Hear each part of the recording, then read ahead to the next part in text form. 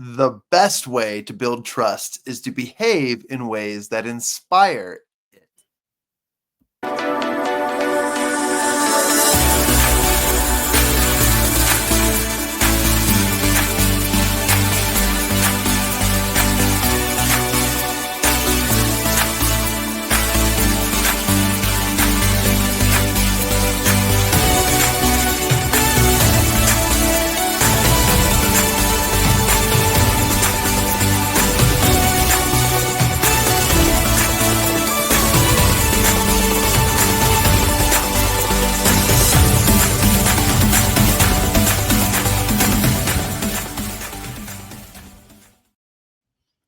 What's up, champions? Welcome to another episode of Champion Reads, where we talk about best-selling books and their best principles to help you out with your best lives. I'm William Blake, your host, and today we're also joined by John Kovacs Jr., the founder of Champion Circle. Super excited because we are jumping into the number 3 out of the top 4 books that you all enjoyed as an audience that we are going to go back to and review how we have applied it into our lives. So the book today, number 3, is The Speed of Trust by Stephen M.R. Covey. Man, what a good book. Like, trust is such a topic that is talked about, but not implemented. There we go. Haha, Willie got over dyslexia on that one. So very excited because the best way to build trust is to behave in ways that inspire it.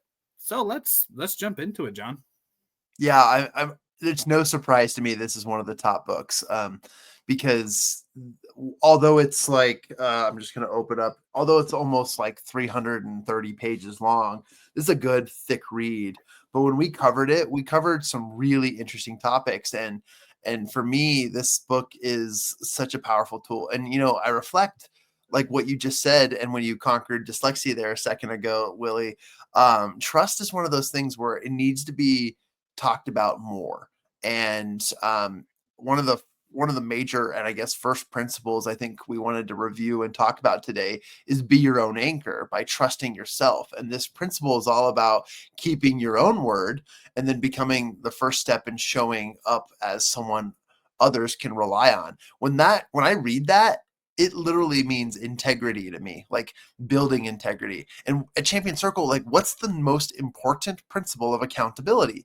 Number 1, personal accountability, aka having integrity with yourself and the goals that you set for yourself, because that is just a principle, an anchor, using this word here, an anchor in your lives. And so being your own anchor, trusting yourself, and then keeping your word to yourself, that's a principle. And I mean, I'll share, after a year full of questions, like, what do I do now? I've never been to this part of building a business like the one I'm building with Champion Circle, or with everything that I'm doing.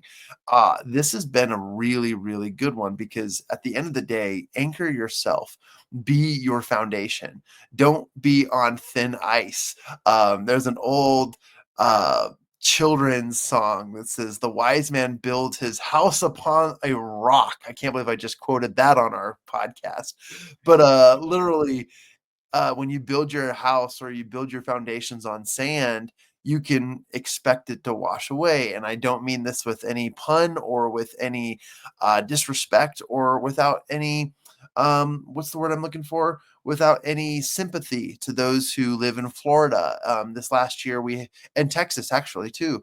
This last year we've had record hurricanes that have swept through the United States. And unfortunately, those houses that were right along the coastline, built on sand and pegs, they didn't make it. And there's reason for that. So building your foundations on yourself, trusting yourself, and being your own anchor. That's something that we all get to learn, don't you think, Willie? Yeah, you gotta be the first person showing up for yourself. Like, you need to rely. I don't know if anyone knew this. You got to rely on yourself before other people can rely on you. That just, for me, seems common sense. I think about over the last several weeks, one of the things I do is I want to have at least 10,000 steps each day, as I'm working on my health journey and working on losing 100 pounds.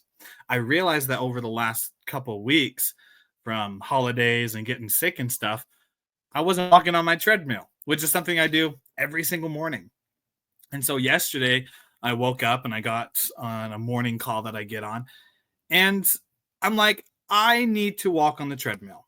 So I got my socks and my tennis shoes and started walking on it. And then this morning, I felt exhausted from the lack of sleep. Kids are sick and staying up with them. But got my call this morning and I'm like, I need to walk because I committed to myself that I'm going to lose 100 pounds. And I can't do that if I don't do the simplest things, which is walking. So I jumped on the treadmill this morning and still have my tennis shoes on.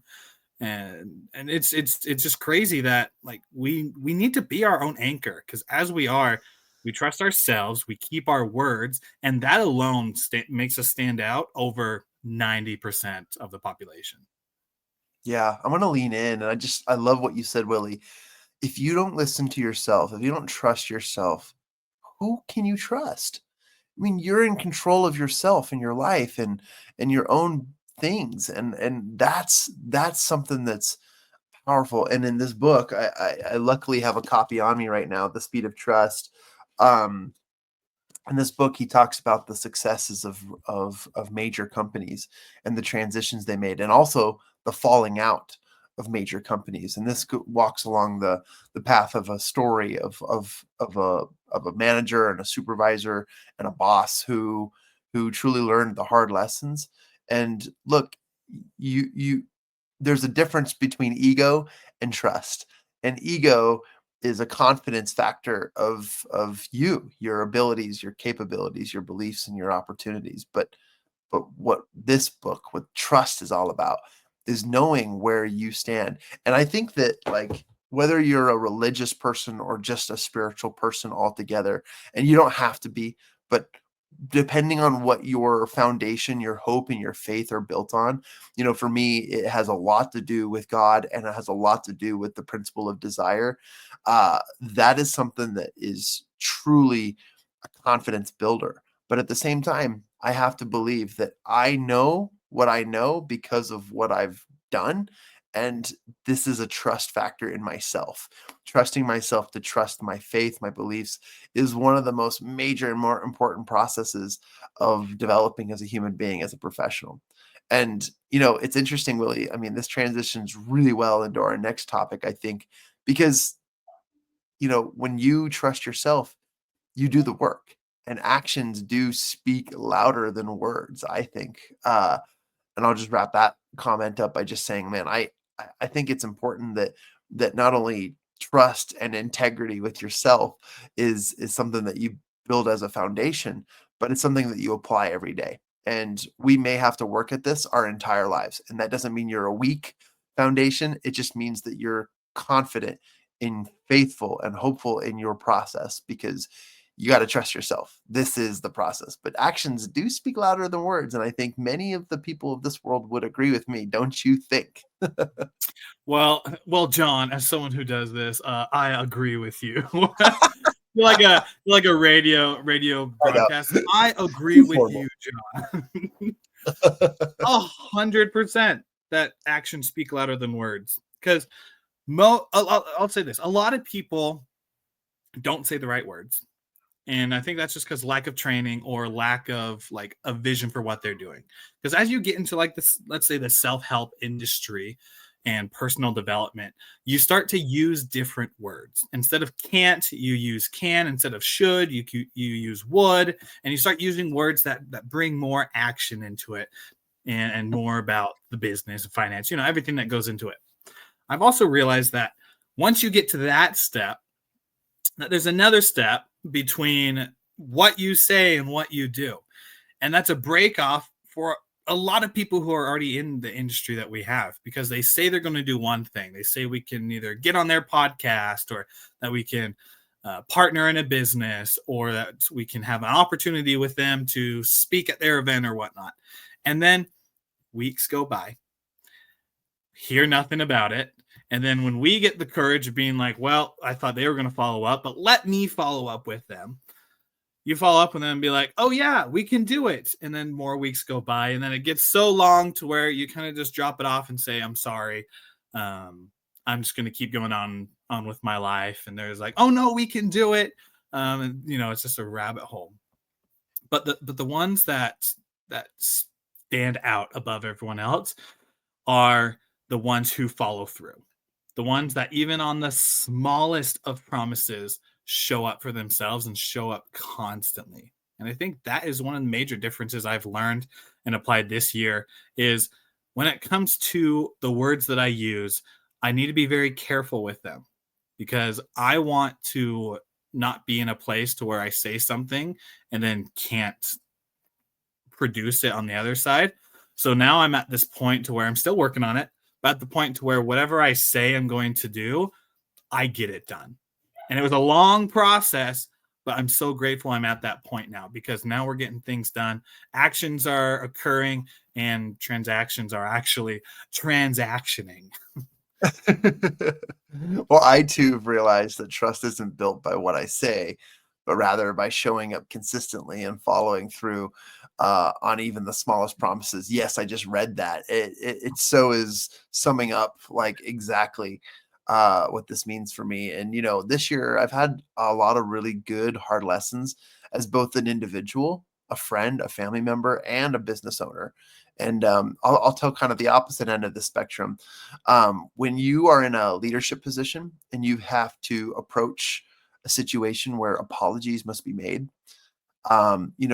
you can apply all the principles you can learn from the book, How to Win Friends and Influence People, right? And you can use leadership concepts, tactics of negotiations from Maxwell's books. You can use all of these amazing principles, but at the bottom line, your words aren't necessarily going to be what the person feels as part of that forgiveness. They're going to see forgiveness really be handed out to you when you show them through action. And there have been several times where I told someone I would get something done by a certain time or date, and due to whatever reasons they might be, we didn't fulfill within that timeline. And that was a hard realization to come to, because now you see yourself saying, wow, I told them one thing, we did the other. And so now I have to rebuild trust, or I need to show them through the smallest promises that we'll be able to still make their project come to fruition even greater. And I love living by the principles of, under promise and over deliver. And sometimes you have to do that by really stretching out your timelines and saying, hey, I'm emailing you 3 weeks in advance to the deadline and saying, look at this, we're ahead of schedule. And giving yourself those expectations can actually help you build trust faster. And that's why it's called the speed of trust, because you need speed involved in this. Ka-chow! Like Lightning McQueen. Ka-chow, kaboom! The speed of trust. There we go. Boom. Mic drop. It's it's funny you say that, because that leads into the third point of trust begets trust. If you trust somebody and put your trust in them, it builds a stronger relationship, and from that can interest into things that you didn't even know about. I'll tell a quick little snippet of a story of this guy whose name is John Kovacs Jr., this wonderful individual who back in 2019 found this ruffian little dude who didn't know much about business, met at a Starbucks, named Willie. And he was so passionate, so on fire with what he wanted to do, but didn't have much experience on hands-on stuff. So this guy named John's like, hey, come on as one of our sales individuals. And so he jumped on and through different sales and apprenticeships to being able to help out. This guy named John put so much trust in Willie, so much trust that Willie felt very committed to helping John out, to which then it begat Champion Circle, which then it begat the different projects that we do with Champion Reads and John, Your Circle of Knowledge podcast, through being able to help members and accountability and coaching and all these different things that have occurred. Not that they wouldn't have happened if we didn't meet back 5 years ago, but that day when you put trust into me, it's deepened a relationship that I have thoroughly enjoyed the last 5 years. So there are times where we should, and I think more often than not, should take that leap to trust in other people, because it builds that stronger relationship and it truly can bring the best out of people. Oh, I love that story, Willie, and mainly because for every story, there's two sides to that story, right? And you couldn't be more right. Like that really has been part of the genesis of what we're creating, and that trust was built by offering that hand of opportunity. But this temple of knowledge is being built brick by brick, and it's done through relationships. And to build onto that trust begets trust principle. um I had a mentor before I started this business, who taught me the principle of leading relationships through perpetual relationships. The hierarchy of relationships started at transactional relationships, which is, here's my product, pay for it, or I go to I cook food, you eat it, that kind of thing. Like just very, very basic, rudimentary, caveman like relationships, no depth. But then there's a hierarchy to that where you go to the next step of relationship levels, which is the reciprocal level. And this is where strategic bonds are created. This is where agreements are founded. But it still is not the greatest in the relationship hierarchy, because while reciprocal relationships are a really, really great boundary creator and also a relationship builder, bonds can be broken, agreements can be walked over, and sometimes our relationships are built on these, and it's not the healthiest long-term relationship.